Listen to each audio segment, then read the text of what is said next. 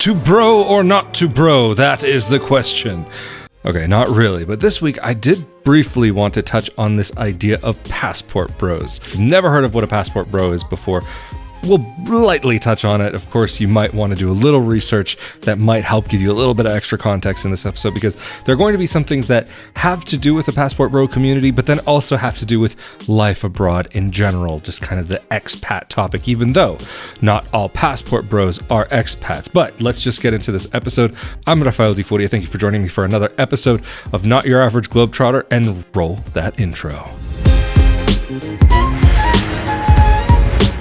To give a little bit of context for this episode as well, just what is a passport bro? We're not going to go into detail here, but basically, if you've never heard about it before, you can search for it online. It's a guy, maybe who is from the US, generally speaking, who's someone who is seeking out a relationship with more, I guess, traditional gender roles. I'm not somebody who's part of the passport bros community. I've just been exposed to it both in the real world and online because I happen to be abroad. And also I've seen this come in many different forms. It just seems as though only recently does it really kind of have a name associated with it, because I've known men for years who've gone to, like, say, the Philippines or South America or whatever, that they ended up meeting a woman out there and ended up being very happy, that both the woman and the guy were very happy. But we're not going to get into the kind of moral and ethical standpoints and the arguments for it and the arguments against it. But I want to also explore some other ideas that have to do with living abroad and build into my kind of thoughts on this community overall. So we'll get into the whole passport bros thing in just a bit here. In my time living abroad, I've had the opportunity to meet a number of people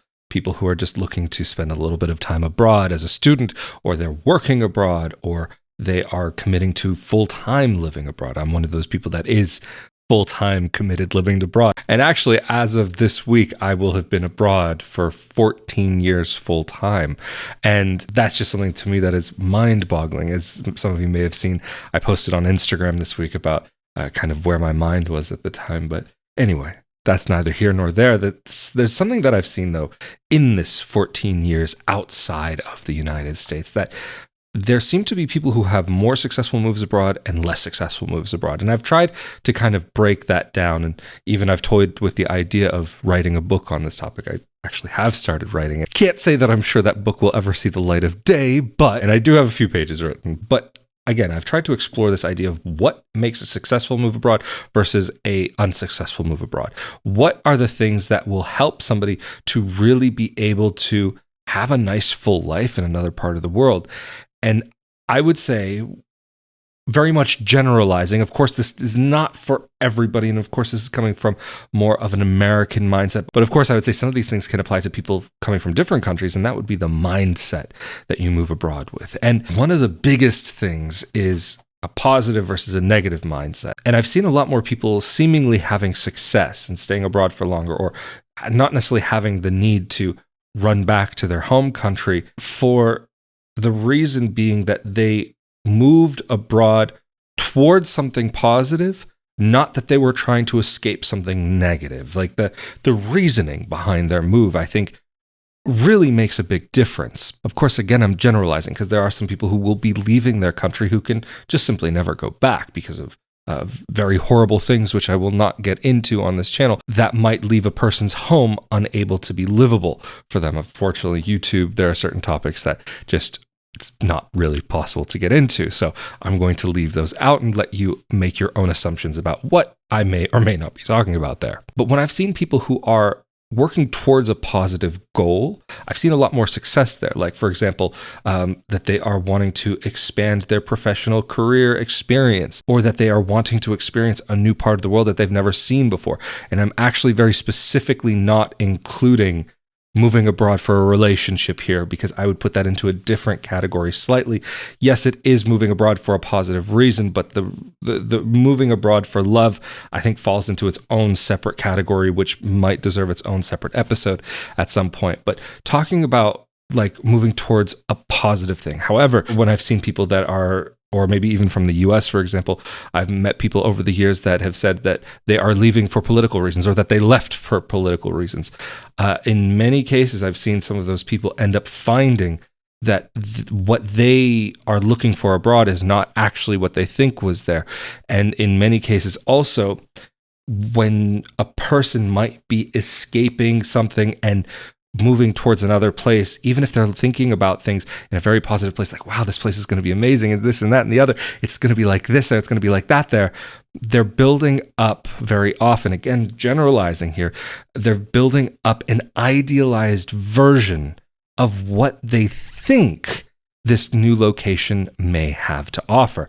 And it may be based in reality, it may not be based in reality. It may be what the person could find there, but it may be the furthest thing from what that person might find there. And I've actually noticed that maybe people do this with certain countries more than others, just because of the romanticized ideas about them and how that they are presented in pop media, in movies, in television, even online. And even, I would say, to an extent, the US might be one of those idealized countries that people do look at and think, wow, look at things there, look at how life is, and and then you realize that just like anywhere else, it's a normal country where things just happen and things aren't perfect. Because what I've seen, again, coming in, talking about this mindset of escaping from something, that there's very often a very critical aspect. And again, talking about the mindset of moving abroad, mindset of going abroad. And don't worry, I'll get into the passport bro thing in a second. I've often noticed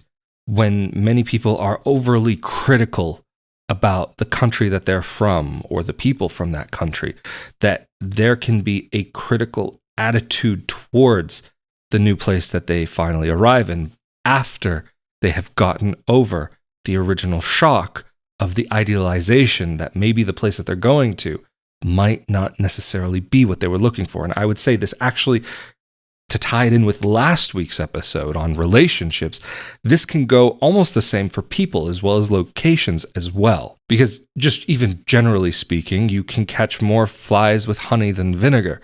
But think about it like this, even if you're going into a business meeting and you have to negotiate a deal, of course, if you come in there with smiles and happy and conversation and you're making the other people feel good, they're making you feel good, that you're coming away building this positive overall experience, that maybe that things might actually go a little bit better than if you come in, let's just get down to business, let's just finish this. I'll admit maybe I'm that type, like, let's just get down to business. But I think it's also important to be able to remain friendly and open to your life and to situations in your life. And then also having an openness and lack of rigidity in some situations. Of course, having rigidity to an extent is respecting yourself and to respect your own boundaries. But of course, pushing your boundaries at some points can be worthwhile, but once you already have understood where you can go, and little by little, if you don't push too hard too much, then you're not going to drive yourself crazy. But again, if you are going to be looking at these possibilities, coming in with a lack of preconceptions, and again, both for dating a person or looking at a new place to live in, if you are coming in with a preconception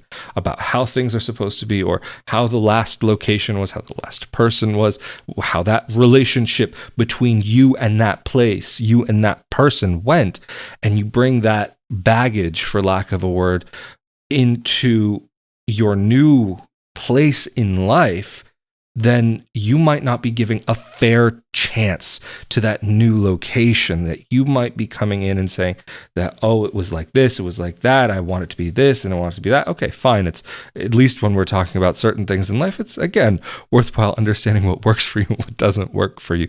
But if you come in extremely critical of what you had before and idealizing what is coming in your future, then sometimes that builds up these rose-tinted glasses that people can see life through and not allow you to see the reality of what may be in that place. Because just in general in life, I would say there is a lot that can be defined about how you approach a situation, about how you enter into a room, how you enter into a country, how you step off of the plane, can speak a lot to what your experience may hold for you after that period of time. And again, I'm going to get into the passport bros thing in a second, but I want to build up some of these ideas so that I can maybe explain my positions a little bit better when it comes to that passport bros idea. And maybe for some of you who already know what a passport bro is, and maybe for some of you who already have a better understanding of what a passport bro is, maybe getting a little bit of an inkling into what direction I may be going here. But also, again, another aspect of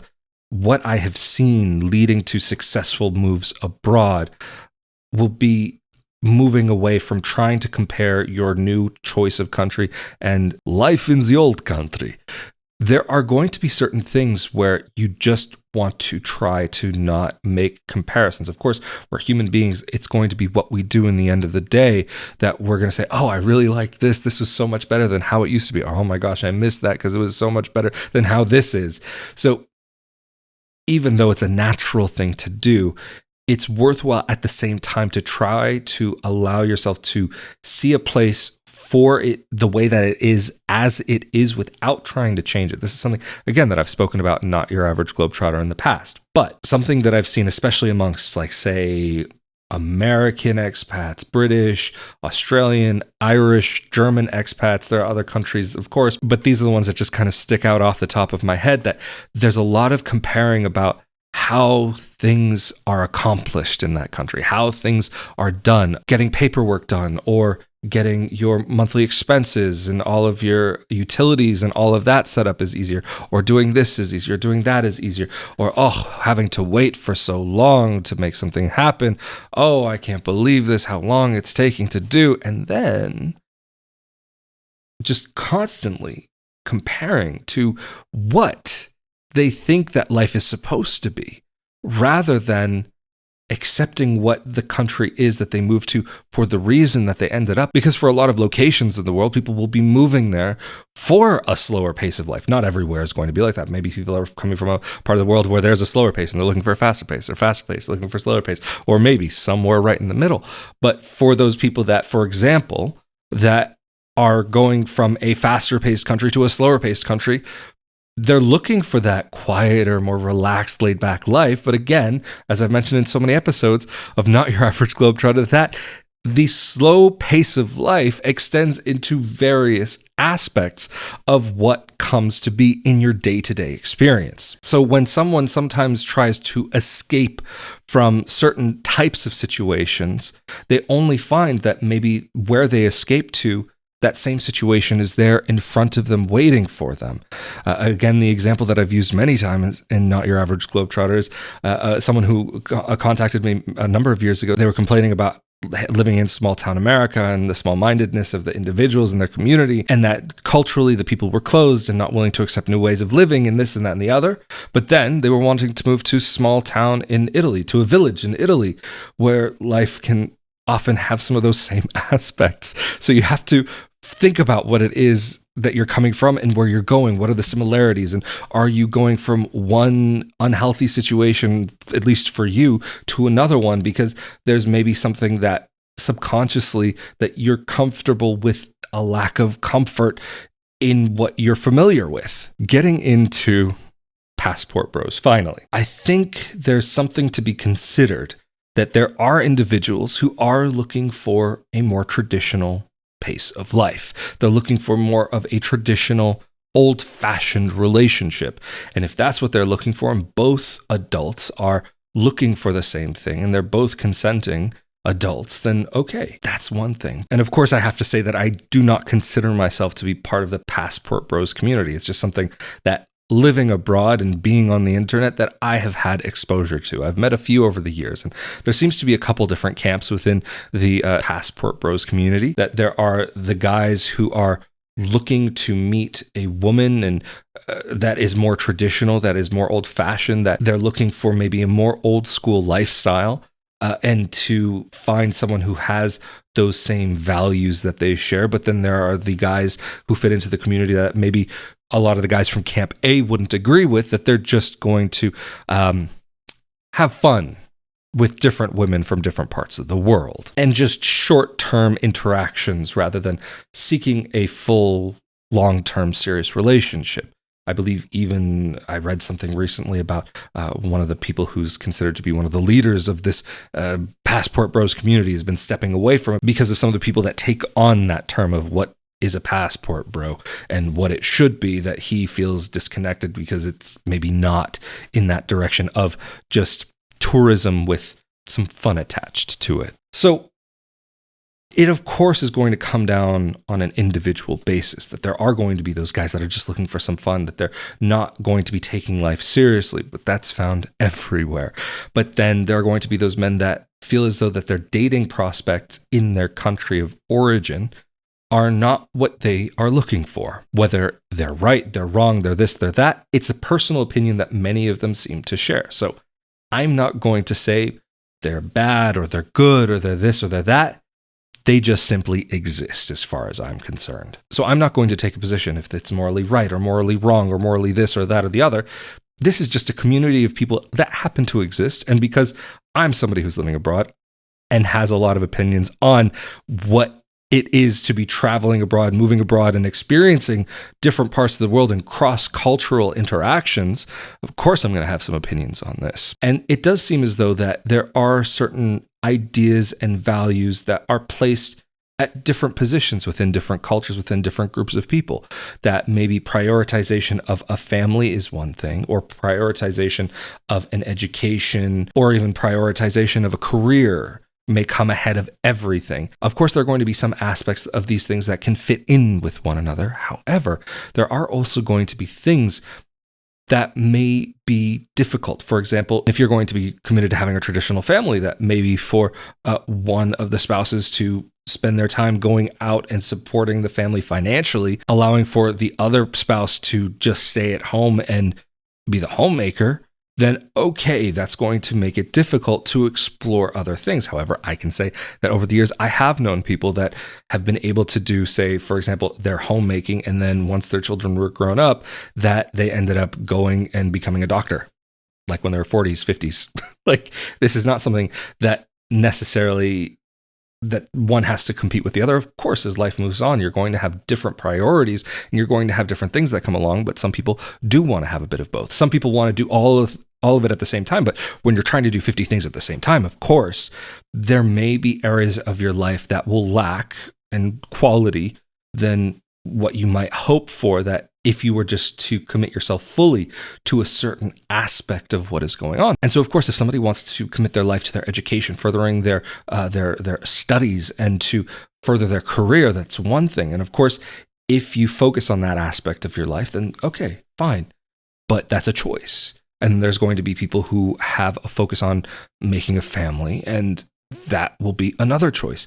Not to say that they're fully incompatible with each other, but there are going to be different people who are looking for different things in life. That's just a given, regardless of what the topic of this episode is or not. And so in a lot of Central and Western Europe, as well as in North America and some parts of other parts of the world, you do find women who maybe are going to prioritize certain aspects of their life that maybe some men are just not looking for. And it's not bad or wrong that one wants one thing, one wants the other. It's just that it leads to an incompatibility between lifestyles that maybe certain people are looking to live. There are some people that accuse passport bros of going and trying to take advantage of women who are maybe uneducated or maybe don't have a certain understanding of X, Y, or Z. I don't even know some of the arguments that are made, but there's also sometimes that belittlement of another lifestyle that somebody may have chosen, that somebody may be looking for, that somebody may want. Like, for example, again, using the Philippines as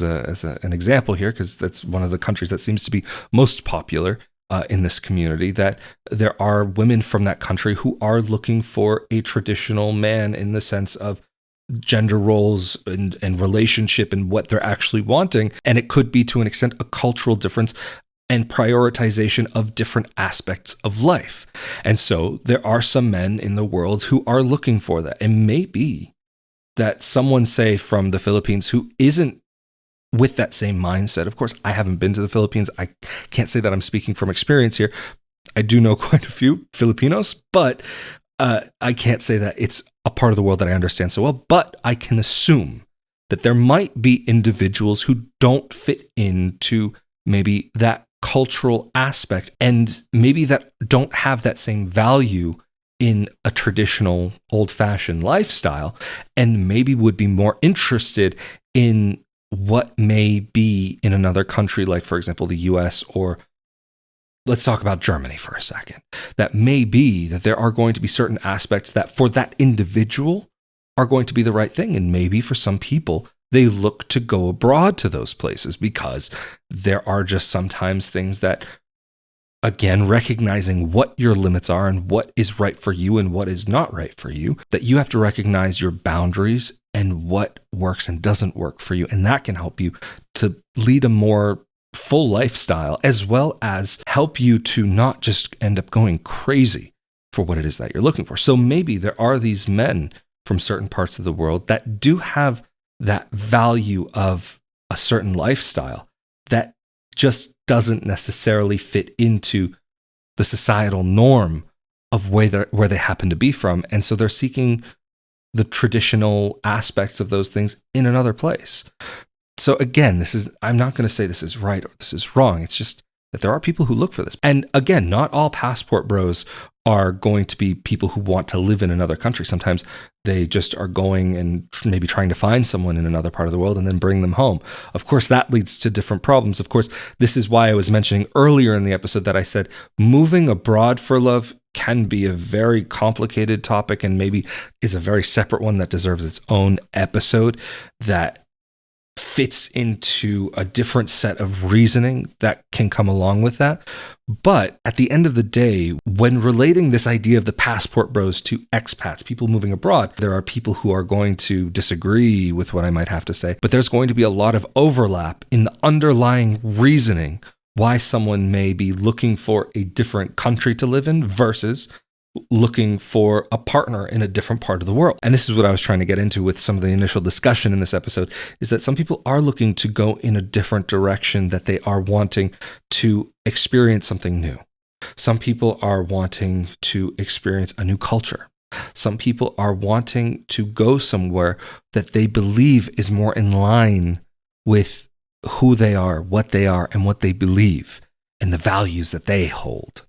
There are going to be people who are going to want to move abroad because they don't feel as though that the life that they have in their country is something that is what was meant for them. They feel as though that there is something out there in the world that is the right fit that they just haven't found. And I would say, again, talking about romantic relationships and also your relationship with the place you live can have a lot of crossover in the base underlying understanding and reasoning at the end of the day. This is why I'm also not somebody who's going to be critical of the community, and because there are going to be members, okay, that do deplorable things, but that goes within most communities in this world, unfortunately, that there are going to be people who are good and people who are bad, people who are doing evil things, and they're going to be people who are doing good deeds. At the end of the day, the underlying reasoning for a lot of human motivation ends up being the same. It's just where you're coming from and where you're going to might be a little bit different. But anyway, I think this is going to be a great place to wrap up this week's episode. Of course, if you agree with anything that I've said, or if you disagree with anything that I've said,